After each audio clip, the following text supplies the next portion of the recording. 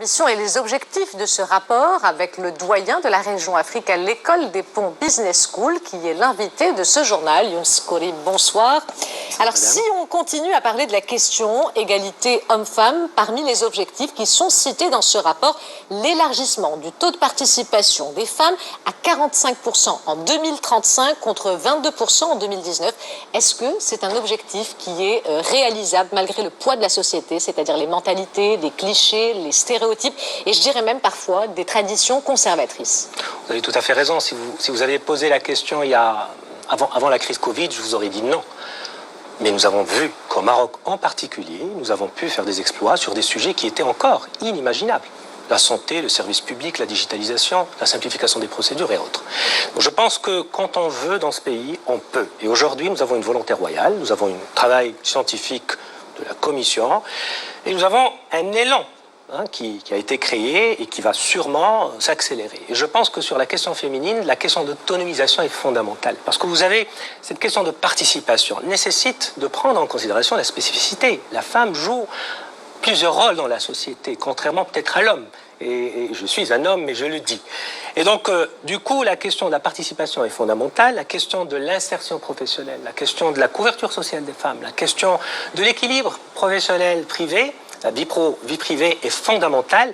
Et ce ne sont pas les études d'aujourd'hui qui le disent. Vous savez, les millennials, les gens qui sont nés après 80, leur principal souci dans la vie professionnelle, c'est de pouvoir leur donner un cadre qui leur permet de concilier vie privée et vie pro. Puis n'oublions pas, les générations de demain, c'est les parents d'aujourd'hui qui les préparent.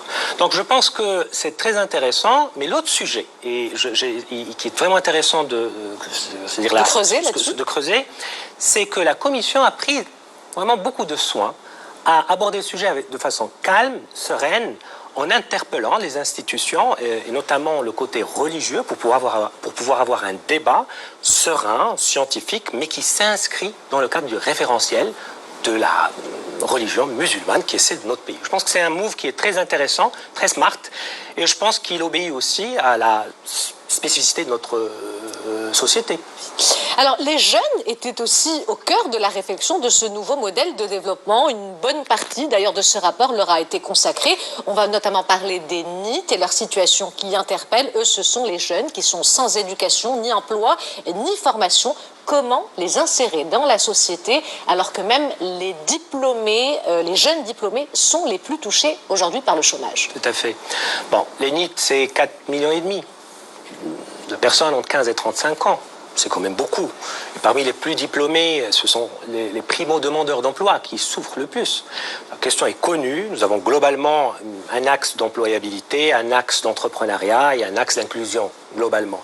Mais la Commission, elle met en exergue des points précis. D'abord, de par le passé, le Maroc a une tradition dans les problèmes et dans les programmes des jeunes.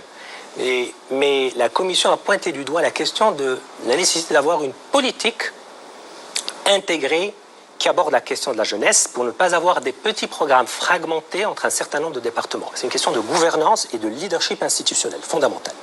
Deuxième chose, il va falloir avoir des moyens pour accélérer, je dirais, l'insertion des jeunes. Et troisièmement, un service civique national. Pourquoi pas? Parce que nous avons besoin d'être proche de notre culture, de notre environnement, de nos institutions. Il n'y a pas mieux que de faire un stage quand on est encore jeune et quand on a encore la tête pour pouvoir absorber l'information et être guidé. Younes Khoury, merci d'avoir été avec nous et merci pour cet éclairage.